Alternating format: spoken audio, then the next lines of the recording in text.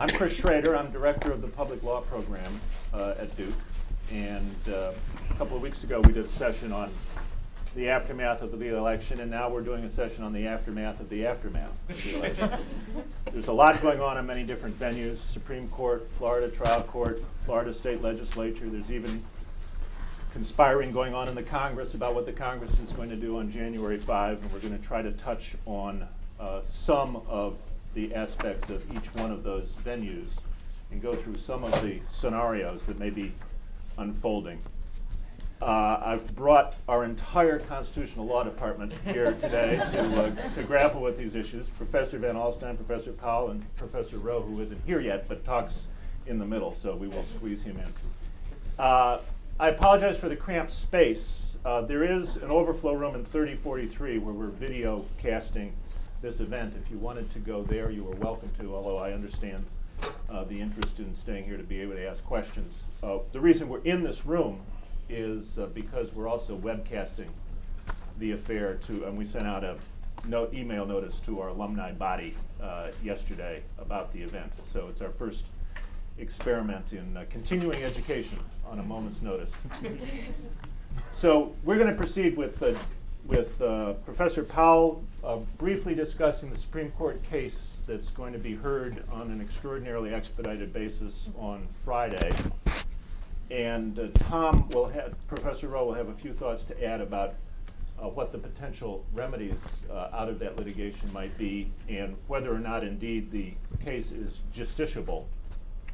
And then Professor Van Alstyne is going to explain to us how electoral votes will get to Washington, and in particular what the role of the Florida legislature may be, as well as sketching out other scenarios that may be unfolding in the weeks and days ahead. So, Jeff.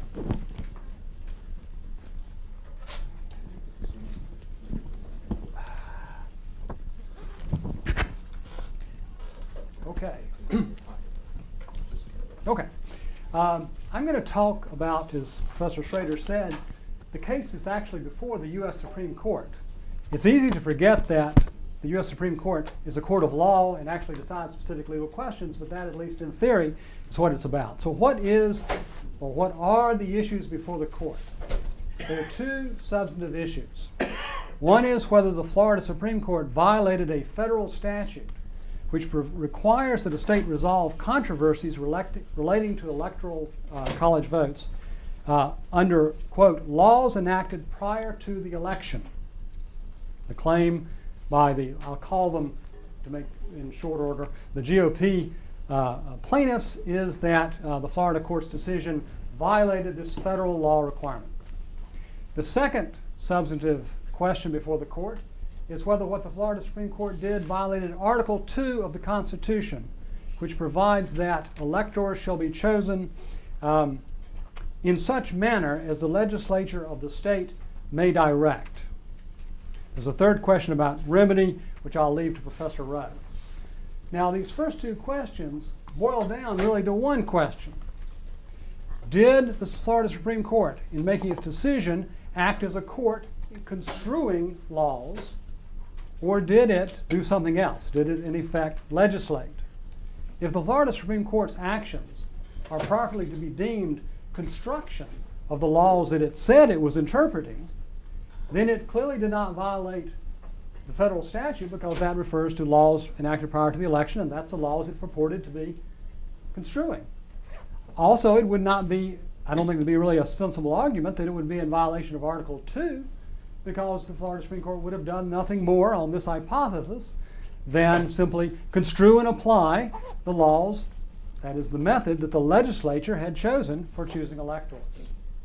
So these two questions before the court boil down to, I think, this one question: did what the Florida Supreme Court do amount to judicial construction of law or judicial invention of law? Now, in answering this, first point worth making, although it may be, I suppose, self-evident, is that the Florida Supreme Court said that it was construing laws. In fact, its entire discussion consists of invocations of statutory construction, canons, discussion of how to reconcile statutes that seem in conflict, etc., etc. So if you read it on its face, and if you sort of read it, I suppose, half dozing and without much concern for the particular circumstances, I don't think it would raise any alarm bells. There's no startling sort of, well, at this point the statute's run out, so we'll make it up. That's not there. So what is it? What is the argument that the Florida Supreme Court did indeed do these horrendous things? The argument is that under the guise of construing these statutes, the Florida Supreme Court, number one, set aside the statutorily mandated deadline by which county boards have to get in their votes, and then the Secretary and the Election Canvassing Board, the central state body, certify the votes. The Florida Supreme Court extended the deadline from November 14 as the statute required to November 26 as its order required. That was making new law, making a new deadline. And secondly, that in constraining the discretion of the Secretary of State, the Florida official who is responsible for deciding whether to accept, in the first instance, the amended returns, the Florida Supreme Court took away from that executive officer her statutorily granted discretion. Because what the Florida Supreme Court did was to say that, in essence, the Secretary could not reject the amended returns based on these recounts except under certain constrained circumstances. So the question is, which is it? Was this decision, as I've said, was it a making up of law or not? Well, let me give you my sense of it. The Florida Supreme Court's perspective was that we have here before us three statutes, all part of a statutory scheme, but three distinct statutes which seem to point in different directions. 102.111, sorry for the numbers, sets a deadline, which this year would have been November 14, and says that missing counties' votes shall be ignored. Section 102.112 says there's a deadline, which this year would have been November 14th, and that if returns are late, the Secretary, the votes may be ignored. Notice a change from shall to may. Furthermore, this same statute that has the may be ignored language also sets up fines for county boards that get in their returns late, which suggests that there's some reason for a county board to continue counting votes and turn in late votes. Finally, there's an elaborate procedure governing manual recounts, which, as the Florida Supreme Court read it, contemplates the possibility that there will be recounts that cannot be completed prior to the statutory deadline. And that in such an event, what this manual recount provision contemplates is that the recounts can be, in fact, under some circumstances, must be undertaken, and that then when they're done, something has to be done with those counted votes. Well, do what with them?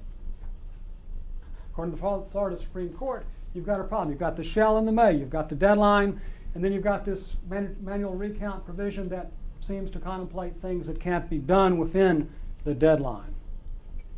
The Florida Supreme Court said, number one, you're right, it's a deadline. You got to turn in your results by the statutory deadline, November 14th this year. Number two,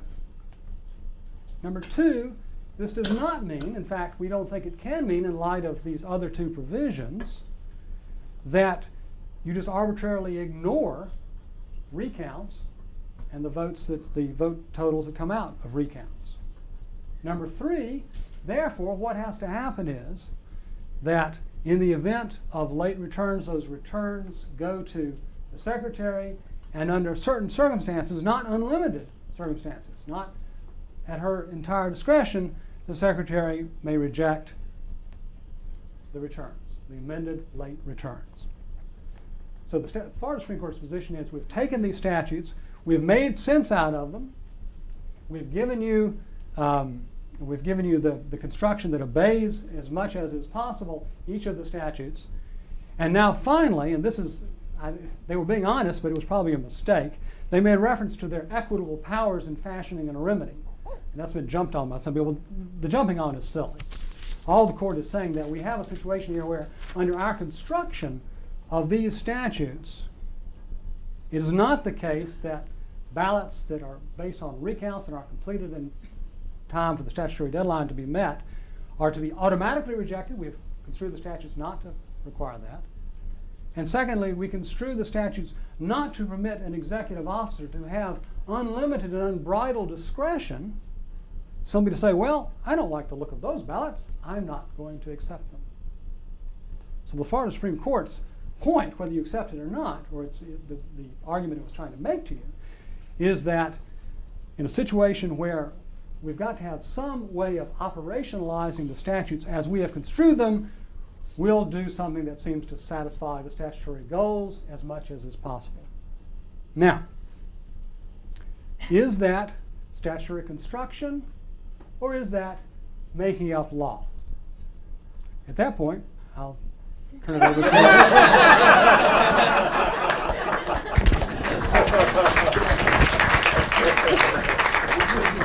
I don't think I get this. Are you up next? Okay, yes. Yep.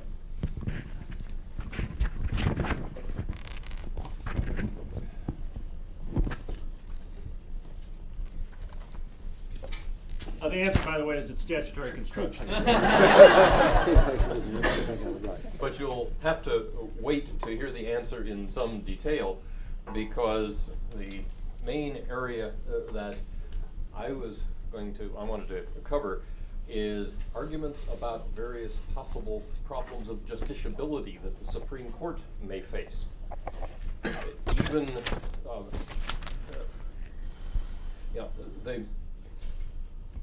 Even though the Supreme Court has taken the case, there might be some grounds on which it would say that it can't reach the merits and must send the case away. Even as far as my remarks are concerned, even in areas that are of such political sensitivity as this, you do have a good deal of lawyer's law that is very relevant to what the Supreme Court may do with the case. There are various doctrines of justiciability when usually federal courts are supposed to reach issues on the merits or not reach the merits. And you have probably heard whether or not you have had classroom introduction, at least some terms such as political question, standing, mootness, and ripeness. I want to say a little bit more about each of these and how they might play in the case. A first significant point is that for the most part, these are doctrines that bind the federal courts only, at least as a matter of how federal law works.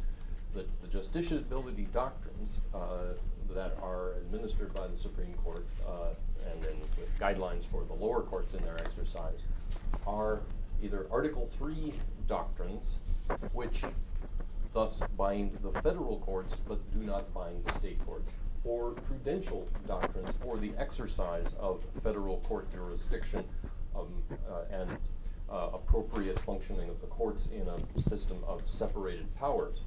And thus, state court systems are generally not bound by Supreme Court justiciability law. Much of what the Supreme Court says about the Constitution, of course, goes for the state courts as well as for the federal courts. But since these are Article III doctrines and the state courts are not Article III courts, the state courts are free to have their own justiciability doctrines. So that means that if the Supreme Court were to duck by saying it is a non-justiciable matter, at least in most instances, that would not say anything to the Florida Supreme Court about what it may do with the case, because it can have its own justiciability doctrines which may or may not coincide with those that the Supreme Court lays down for the exercise of Article III jurisdiction. Let me mention a little bit about the three justiciability doctrines that it seems to me might come into the case. One, and perhaps the most prominent, at least as a matter of labeling, is that of the political question doctrine.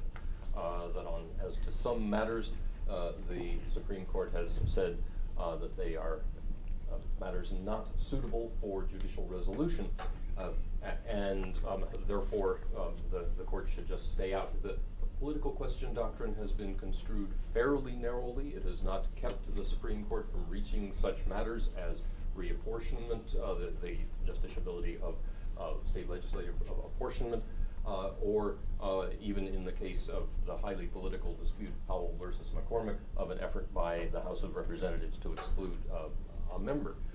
But it has found political question non-justiciability in some other matters, such as the impeachment case brought ironically against a person named Nixon, only Judge Walter Nixon, and the Supreme Court held that procedures used in the impeachment proceeding were non-justiciable. So it is conceivable that the Supreme Court might say, under its guidelines for political question non-justiciability, that the case was non-justiciable. Usually it would be by saying that the federal decision was a matter for another federal branch, which would again not affect what the Florida Supreme Court was doing. Only I understand that an ingenious justiciability argument has been advanced on behalf of the Florida legislature in a brief prepared by former Solicitor General Charles Freed of the Harvard Law Faculty, arguing that there is a textual commitment to other aspects of the in the U.S. Constitution, to other branches in the state government. Professor Van Alstyne has read that brief, and I haven't. So if he wants to say anything about it, I will leave the matter there. But what that would mean is that whereas usually political question non-justiciability holding in the Supreme Court would say nothing to the state courts, this particular ground might involve saying to the state court that it had been in error as a matter of federal constitutional law because of a special federal provision dealing with responsibilities within state government, which federal constitutional law usually has nothing to say about. Well, let me move on then to mootness and ripeness as possible justiciability grounds for disposition. In general, the doctrine of mootness can mean that if events have happened so that there is no longer a live dispute in the case, that the student who is protesting school restrictions has graduated from the school, even though there was a live case when the student brought the action, the student has graduated, is no longer subject to the conditions that were being protested, no longer has a live dispute with the school, and at that point, the federal courts should dismiss the case.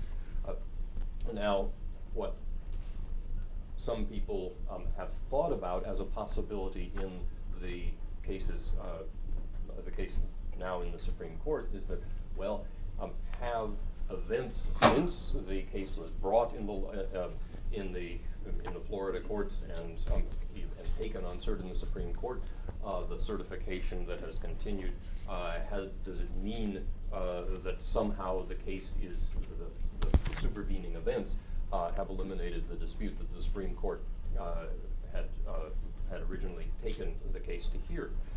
The general answer that I have heard to that is that no, it can still make a difference as long as Gore is still litigating, and there could be a marginal difference that would be made in the number of votes, that Bush would be ahead as long as Gore was still litigating other things that might affect the vote margin.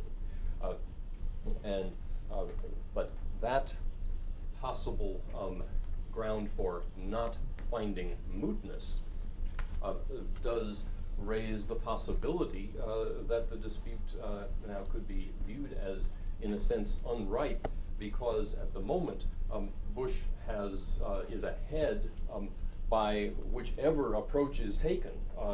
If the Florida Supreme Court was not supposed to have done what it did, then it goes back to, I guess, the original effort at certification, or she has also proceeded under what the Florida Supreme Court did and has certified the result, and either event, Bush has won, and he might then have a complaint ready for adjudication only if something else changes, which hasn't happened yet.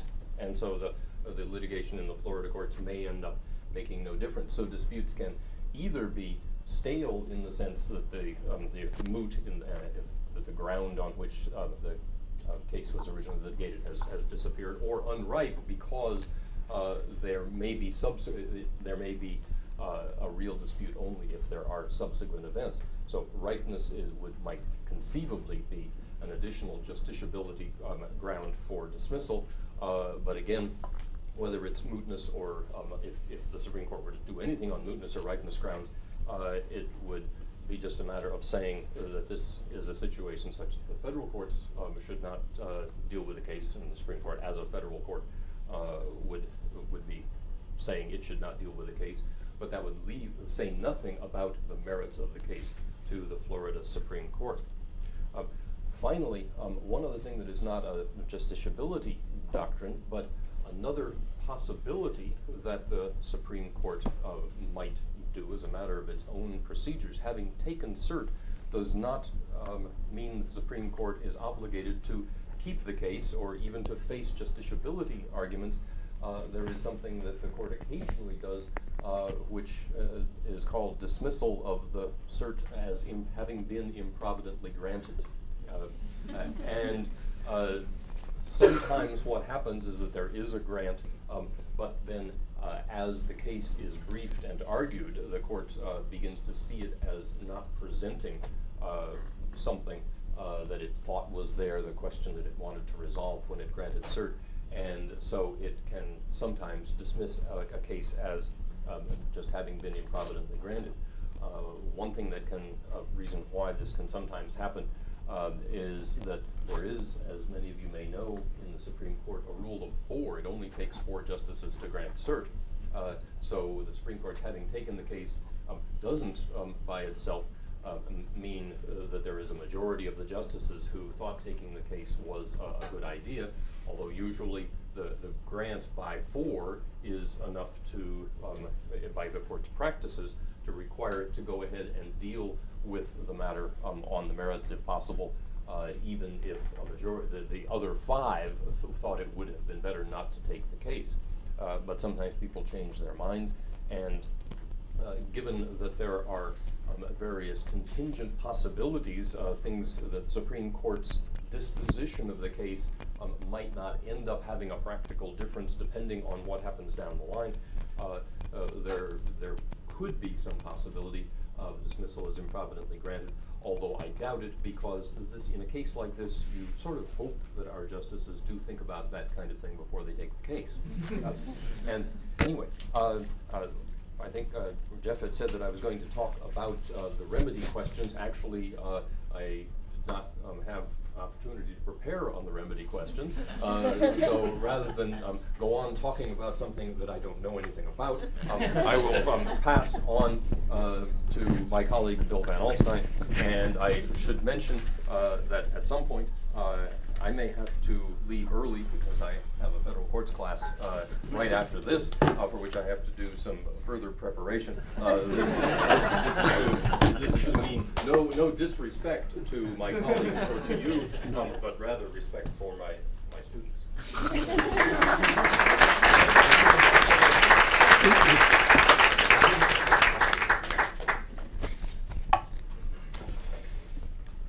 As usual in these matters, when lacking suitable confidence in what I've prepared, I've come accompanied by handouts as consolation prizes. So I hope at least half of you in the room have the customary souvenir copy of the Constitution in Duke blue, plus 2 other handouts. But I'm actually in sober seriousness about the matter, because during the course of our several remarks, it may very well occur to many of you who are attending just now that we're not really addressing some of the things you'd hope to hear talked about. And there are a lot of questions that are arising of a constitutional character having very little to do with the particular case in the Supreme Court at this very moment. Some of those questions might even be answered, or at least provoked in your minds, again by reading. Indeed, it's always somewhat amazing how many excellent hypothetical questions will fall on the sword of some specific answer that a text tends to provide, and people are loath to read for fear they might find a definite answer and it would cut off further wrangling. There are three major provisions that are locked into this case. It's Article 1, Section 2, in the manner of the Constitution designating that the electors shall be appointed in the manner designated by each state legislature, not by its court, not by its executive.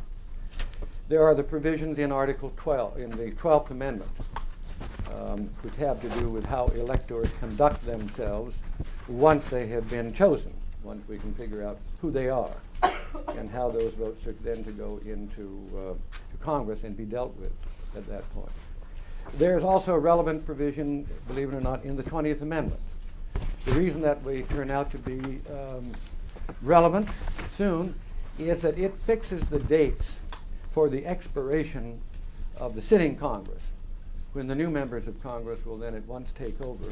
That's not trivial, because depending on who then sits in the House and Senate, they will be the persons who may ultimately resolve the controversy as to who shall be said to be the President of the United States, rather than the Congress as it's now constituted. So you'll notice from the 20th Amendment that date is set as January 3rd. All of those persons now, they are out, the new ones are in. It's very interesting because as things now stand, the Senate will be exactly 50-50 as of that date. Joseph Lieberman will resume his seat as the re-elected senator from that state. That will give the Democrats precisely 50 seats provisionally until the outcome of the presidential election is decided. And as you may know deliciously, the person who will preside in the chair and who under the 12th Amendment will preside will be Al Gore as the current vice president, because his current term does not expire until January 20th. You see. So as you look ahead to other things that will not be wrapped up in these kind of technical reviews of what's currently before the court, I really do urge you to look at some of these provisions in the written Constitution and see how they might bear upon other developments and on your own thinking as to what may happen in the future. I've given two other handouts. We certainly will not go through them all. It would usurp your interest and my colleagues' time. Nevertheless, I've given, for those of you who were here, we did not expect this degree of response. I surely didn't. And there weren't enough. But at any rate, what I've given out are 19 sections of Title III of the U.S. Code, one of which is being featured in this litigation, as you were already told.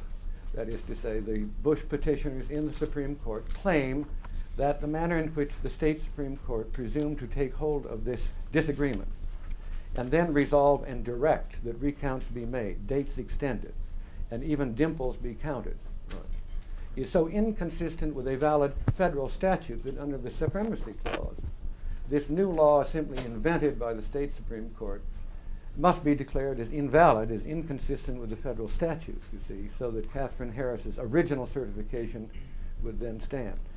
That statute is before you because I want to make another observation about it.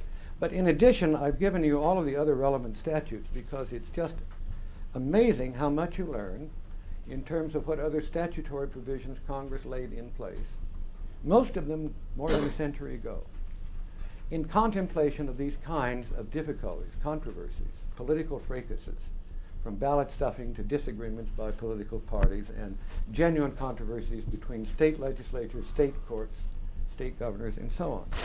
So there are an awfully lot of provisions which may all come into play as this saga unwinds after these few cases are cleared out.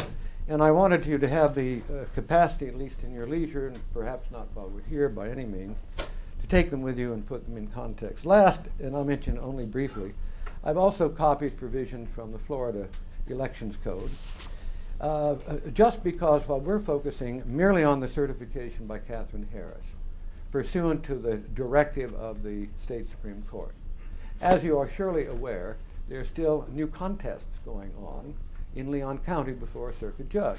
If those contests are successful, their ambition is to have the circuit judge appoint sufficient persons so that within a 2-week period, 14,000 ballots will manually be counted or recounted in some way. And it is a sensible guess that within that group of 14,000, if counted in the manner that the Gore attorneys insist is appropriate, then that would change the entire outcome.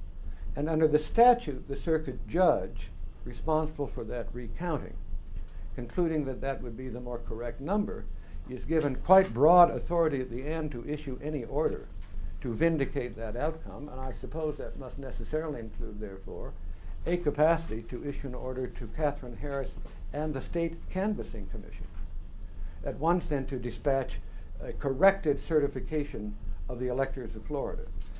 So you might want to look at that, and I've merely provided the state law that shows the grounds for contest and sets up that litigation. If we have a chance to come back to it, we will.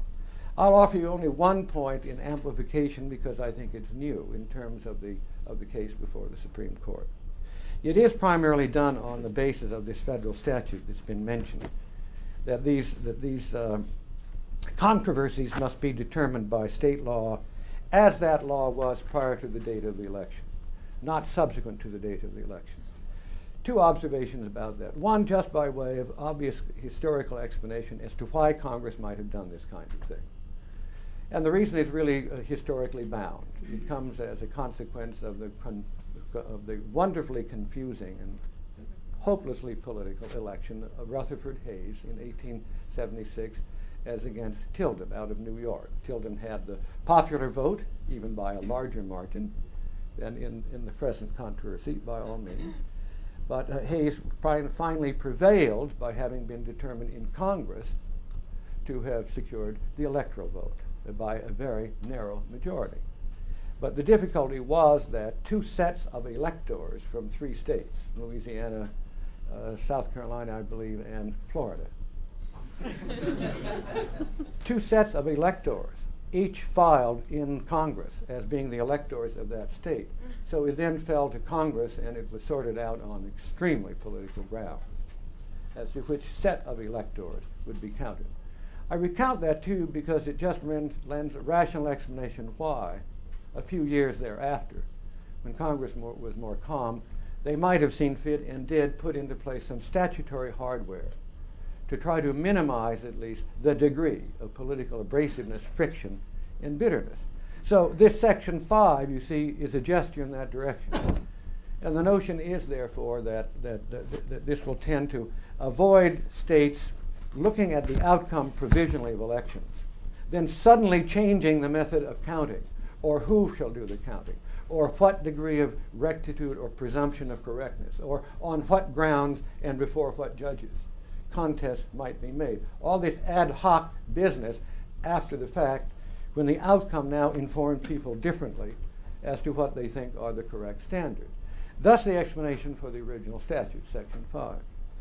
But what has not been mentioned here is that our conversation so far, and indeed, I dare say, a good part of the brief put in on behalf of Mr. Bush, the ambition of which, incidentally, is just to get a declaratory judgment from the Supreme Court, that the decision of the Florida Supreme Court is inconsistent with this section and also with Article 2 vesting in the state legislature the manner of appointing electors, such that then the judgment becomes void and Ms. Harris then could go back to her original certification. That's the remedy being asked. But what has not been noticed is the following. It's been assumed in our conversation with you that if indeed the state Supreme Court's decision can be accurately characterized, and there's a not bad argument, despite my agreement with the excellent presentation you've heard, that it did so far depart from the language of some of that statute. And indeed at one point, almost as though it were trying to establish a kind of immortality of prose, expressed an impatience with, quote, mere technicality of statutory language in order to vindicate the will of the people. That's very fulsome language that's very compelling and moving, but at the same time virtually declares, however inadvertently, that maybe we're not exactly applying the statute. Right.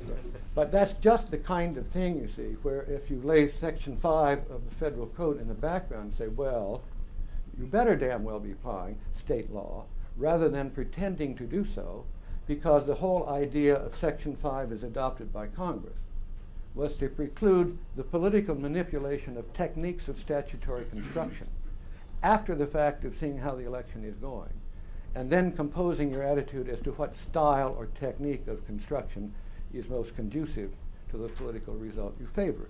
And there are words, there are phrases in that Supreme Court opinion that do invite this kind of complaint.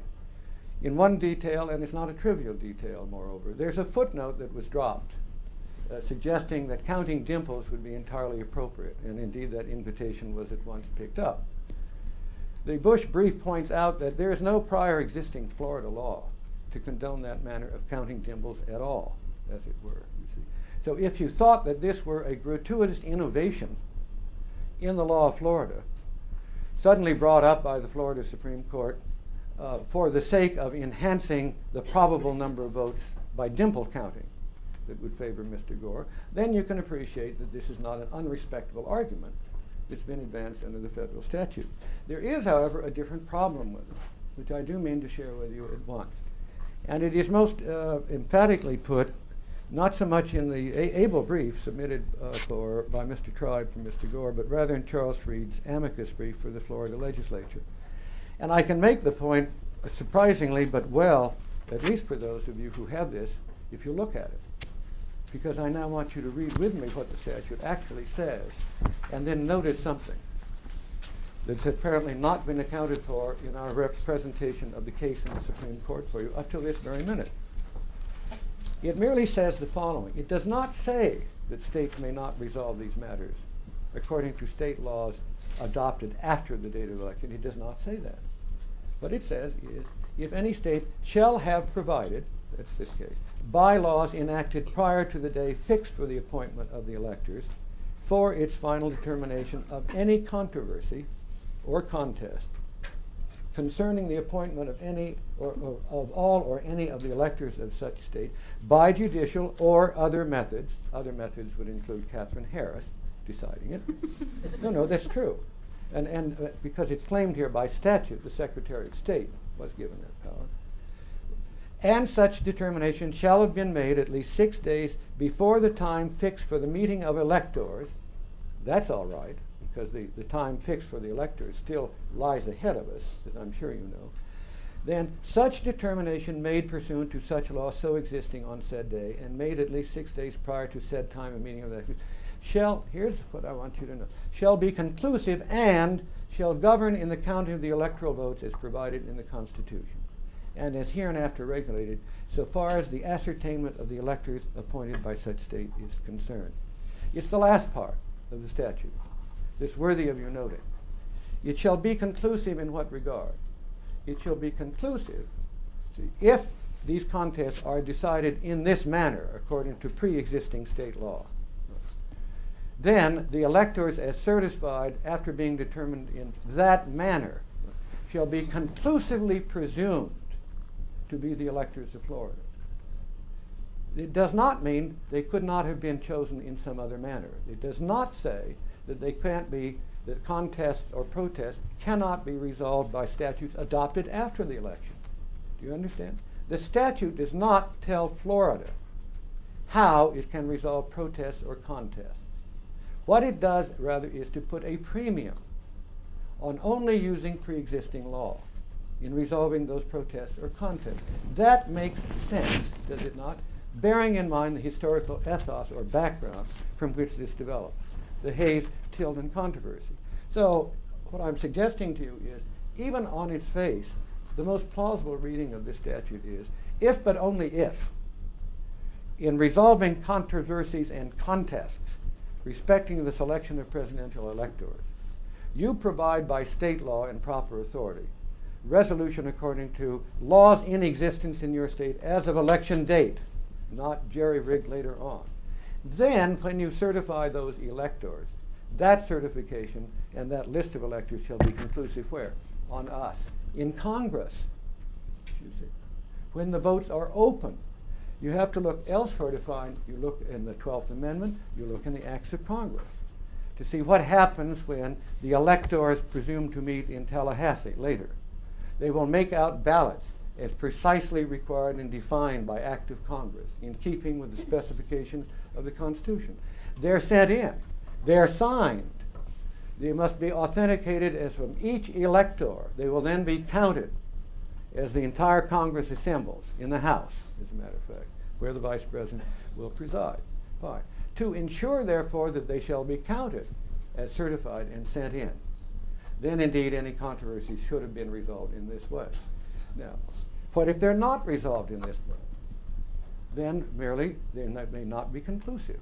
That is to say, Congress may not give a conclusive presumption of validity to such certification. Are you with me still? If that is true, then, even if, you see, the Florida Supreme Court's conduct, in fact, disingenuously amounted to the invention of pro-Gore law, as it were, to circumvent the fatal pro-Bush outcome by the different reading, not merely of Katherine Harris, but by a Democratic lower court judge who did sustain her discretion to refuse the late arriving second group of votes. Even if that is the case, it might still mean that it's of no effective consequence other than, you see, to mean that the electors as thus certified by Ms. Harris do not necessarily carry a conclusive presumption of regularity when these votes are to be opened in Congress. In that case, it doesn't mean that the Florida judgment is to be disrespected. It doesn't mean it's not law. In fact, it doesn't mean it's in conflict with this statute. For this statute does not presume to keep the state from deciding these contests by subsequently enacted statutes. It merely says, if you do that, then you can't have confidence that we in Congress will necessarily respect the slate of electors as you report them to us. It is on that basis, you see, that it's been characterized in one of the briefs that the original complaint is ill-taken because this is not a federal statute with which either view of the state Supreme Court decision creates a conflict. It won't conflict with it in either case. Rather, this is what can safely be called a, quote, safe harbor provision. If you do it this way, then you have a safe harbor. If you don't have a safe harbor. It's up to you, however, so far as the statute is concerned, and anything in the Constitution is concerned, as to whether or not you wish to avail yourself of a safe harbor. Now, the proof of that proposition can hypothetically be established, I think, merely by supposing that we have a different state in which there isn't any adequate pre-existing law, and all concede that it to be so, in light of the nature of the protests or contests that have been associated with a given presidential election. And thus, the legislature or the common law judges have to paper some set of laws together ad hoc just because this is the first time this kind of contest or protest has arisen in the jurisdiction. Thus, we need now a set of rules to resolve the controversy. Obviously, by hypothesis, these will be laws subsequent to the holding of the election. But there's no suggestion that the legislature could not adopt them and seek to have them apply. All it would mean is that the electors, as thus finally determined by that new set, would not be conclusively presumed. They would be subject to objection or rejection by appropriate members in Congress. And to see what that procedure would be, then you'd have to look at the acts of Congress that describe how those protests in Congress, when they assemble and the votes are open, will go forward. So that's very interesting. Now, one other observation. One reason that this is Can I stop you very shortly Sure. so we have time for questions? Sorry. Okay. 30 seconds. One reason this is in the brief is to confide more power to the state legislature. In Mr. Freed's brief, he makes a very interesting argument that since Article 2 vests the appointment of electors in whatever manner the state legislature decides, the Florida legislature now itself has the prerogative of determining that there's too much uncertainty as to who shall be deemed the appointed electors of the state of Florida. It then has a residual authority to act now and to make its own appointment according to its best understanding as to who those electors shall be, so that it may resolve what it regards as the uncertainty of this thing, state its will. It's the legislature of her, and not the courts, and not the governor, whose designation of the electors of the state of Florida should ultimately count. If that's so, you can see how that would work. The Republicans having a good majority in both houses of the Florida legislature then may act on that. I will sit down, but it at least puts you in touch with one other possible scenario. It's entirely possible, even now, that there may be more than one slate of electors that would be presuming to file their votes in Congress, more than one group of human beings convening in Tallahassee in the near future, so that in miniature we still have the delicious possibility of a reprise on the famous Hayes-Tilden controversy more than a century ago. Okay.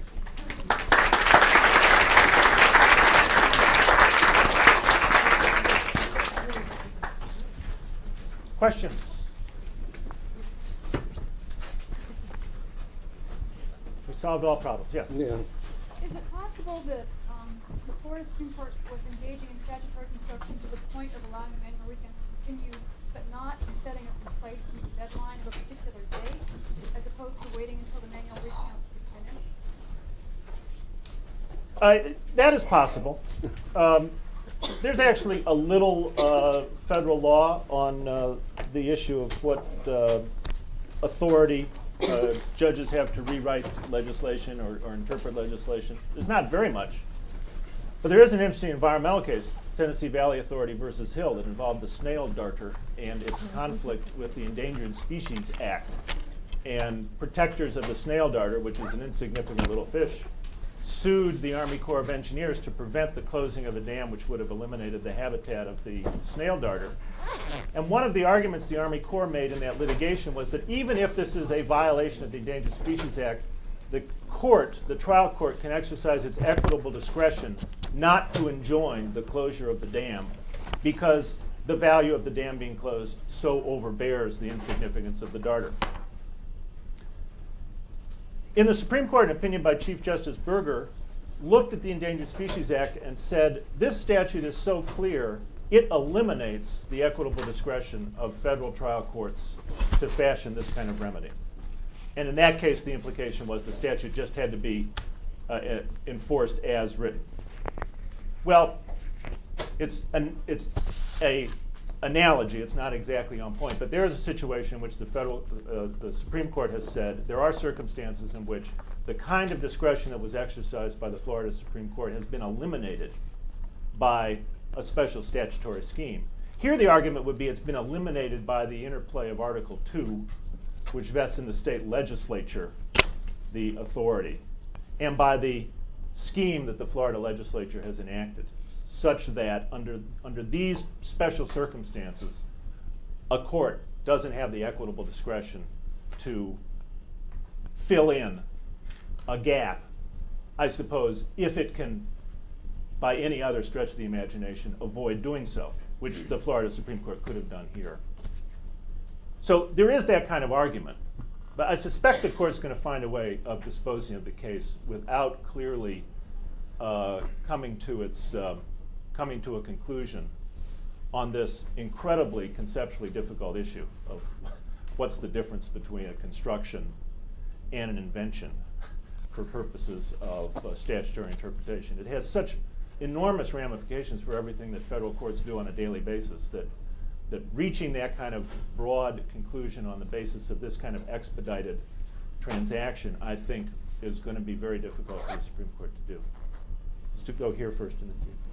My understanding of what you said the remedy would be, at least that the Bush team is seeking at the Supreme Court now, the remedy would just be that the Secretary of State did have the discretion to cut off, and so the vote tallies go back to whatever they were after the machine recount. But that would still allow for Gore to be doing the contest that he's doing now. Oh, indeed. And all the votes that came up later. Absolutely. Certainly. Again, and if that's not clear to many of you, will if you sort through these complicated Florida statutes. Even watching it on television, though, you were entertained by this distinction between protest, before the votes are certified, and contest once it has been certified. The current thing, therefore, seeks to challenge the announced outcome of the election as such. You see, not just the discounting of my ballot or your ballot individually or of large groups of people, but to say the outcome of this election as announced is false. And I, as a candidate or as one who voted for the other person, now contest the outcome. It is false because 10,000 ballots were falsely counted in a typical case or something else. That's the litigation going on in Leon County. So if David Boies, in his able presentation with the tough timetable, really got everything he is seeking in Leon County, and it were expeditiously affirmed by the state Supreme Court, then indeed, despite all of these other things, it could quickly become the case that the certification would be entered in favor of the Gore electors after that successful contest. I think it's somewhat unlikely to happen in that way, but that's a complicated matter, and I haven't given you any foundation for agreeing with it one way or the other. That's possible. On your other part, I just wanted to offer one slight qualification. I surely agree with Professor Schroeder on virtually all that he said. There is and it's a very good idea. You always learn something by reading other people's thoughts. There is a suggestion ably put forward in the Bush brief that for the Supreme Court to conclude that in this particular case, the state Supreme Court did not apply pre-existing law, would not have necessarily the broader implications, which seem very broad indeed, that the Supreme Court can rule on whether state law as construed by a state court may or may not be consistent with federal law or the Constitution, but they may not tell them how to construe it. That's their business entirely. The point here is, however, that the suggestion that their decision in this case, that the state Supreme Court overstepped its authority, need not have larger implications to suggest that the Supreme Court would then take on more generally, his arrogant task, is all tied to Section 5. They're merely arguing, if you look at it very closely, that Section 5 itself is so concerned against the possibility of changing, i.e. manipulating pre-existing state law, that you see the court should therefore look at what the state Supreme Court did in this setting with particular reference just to Section 5, the one we've talked about pre-existing law. In short, they say, we read Section 5 as meaning that Section 5 means pre-existing law as very clearly established. You understand? And not as inviting a kind of departure, because that's inconsistent with the spirit of Section 5. Now, if we didn't have Section 5, we wouldn't be making this argument. That's what tames it. That's what makes, you see, the invitation of the court to, quote, second guess what the state Supreme Court did less ominous because it would carry less implication. I still think they're not likely to prevail for reasons we've all shared with you. But it's a very neat lawyer effort, you see, to try to then trim down and keep the court from being, to appear as though you're going to take on all kinds of problems if you ever entertain an argument. It would just be on this one kind of federal statute that would guide a rigid reading of what constitutes state pre-existing law. Professor Lang. Oh, we're going to go over here first, David. Are we? No. Yeah, Yeah, go ahead. it's commonly, a lot of people wondered why the Supreme Court took this case, and it was just said that one of the issues that the Supreme Court is not likely to tackle is whether the Florida court's decision was a construction or an innovation. Might it be possible that there are certain members of the court, like Scalia and Thomas, specifically want to take on this issue because they want to reduce, go back to a more strict constructionist view? Oh yeah, you're quite right about that. I suspect there are as many as 3 justices who are intensely interested in that question. I was just now counting heads. I wasn't making an intellectual observation. I just don't think there are 5 votes to take that bold a step in this context. But yes, in several opinions, usually I think in concurrences to other justices, the justices you've named have expressed some concern for exactly this topic. On the other hand, we should go on the road with this show. yeah, it seems so plausible, but and of course the court does not report the names of the 4 justices or more, as the case may be, who voted to approve cert. There is no record of that. but are haunting only because all of us are possessed of, we know what's really going on. And usually 2 times out of 3, we're quite mistaken. That we really don't know what's going on, but we have our predispositions and therefore judge everything accordingly.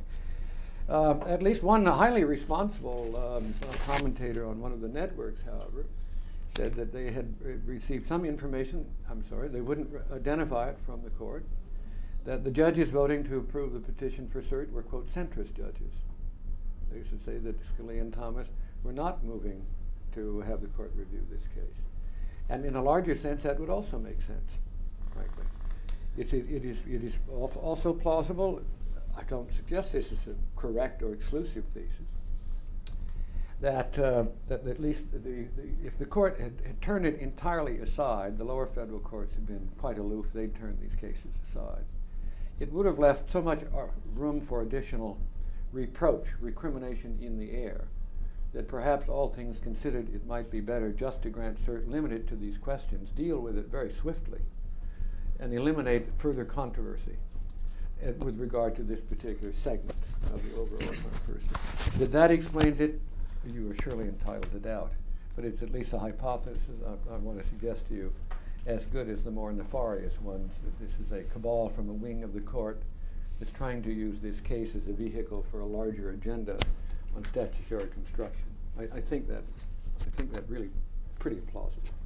Yeah, I actually agree with that. I think the best story one would tell is that this was an effort by the Supreme Court to see if it couldn't lend some clarity and some legitimacy to what is currently a muddle. Nevertheless, having gotten the case before it, it is quite clear that if you're going to rule for Governor Bush, that this question that Jeff has presented is squarely presented to you, and you have to work a little to avoid casting some Supreme Court light on where that boundary line is. Now, David. I'm curious about this legislative endgame that you arrived at only late in your remarks, and wondered if you could elaborate a bit. Let me put several questions that have been in my mind. I have a lot of questions, and see how you would respond. But just consider, suppose the legislature of Florida meets next week and decides to name as electors 25 persons who have pledged themselves to vote for Pat Buchanan. Would they do that? I'm not quite done. Could they do that, as I suppose, because it's really, in the constitutional scheme, up to them to decide who the electors are to be. It just happens that we've accustomed ourselves to popular elections, but I gather that it's really up to the legislature in Florida to decide the question ultimately. Could the legislature meet and adopt a resolution, or whatever it is that the form would take, containing essentially 2 sections, the first one of which identifies 25 electors pledged to vote for George W. Bush, and the second section of which makes a felon of any person who, acting on behalf of or under purported color of Florida law, as a would-be elector, casts a vote in the electoral college, mysteriously, fraudulently, and with the penalty to follow, that 5 years should be spent in one of the less attractive Florida prisons. Must you go on, David? How about manacling and shackling? You've actually asked more than one question. And I think it's wonderful my colleague Jefferson Powell is at once picking up the Constitution. You're well trained. To look at the 12th Amendment. Nice point. Well, we are perfectly well aware that legislatures need not submit the selection of electors to popular vote at all. In fact, another passing observation about the Hayes-Tilden election. In 1876, the date of that election, Colorado had just been newly admitted to the Union. So these people were going to count the electors from Colorado, but they took no interest in the presidential election because they'd not had much to do with the news and seeing it, and they didn't really care. And at the very last minute, the Colorado legislature congenially met, designated 3 Republicans who went off and voted for Hayes, and that was it. And their votes were counted. There was no controversy. There was no political skullduggery about that. So that's an assurance, at least. Yes, it is in such a manner as the state legislature shall appoint the electors. Indeed, as I'm sure you know, intellectually, the original scheme was that the president would be selected by the wise, picked by the wise. The wise being the legislature, picking wiser people still who would exercise independent judgment. It all collapsed very early, and so we have the current scheme. There is a difficulty. They might presume to do that, and they might. And then if that could be certified in the manner that the act of Congress requires when those votes are going into Congress, still they might do that, but then you might have the conflict in Congress. That is, say, yes, to be sure, the legislature did this. But they had also previously by law, the legislature, said they shall be appointed in the manner chosen by the people of Florida by popular election on this November date. Thus they have provided by two different means, and we have alternative slates of electors, each of whom has been appointed in a manner chosen by the legislature. If one says, but this is the later in time, yes, and so much the worse on that account.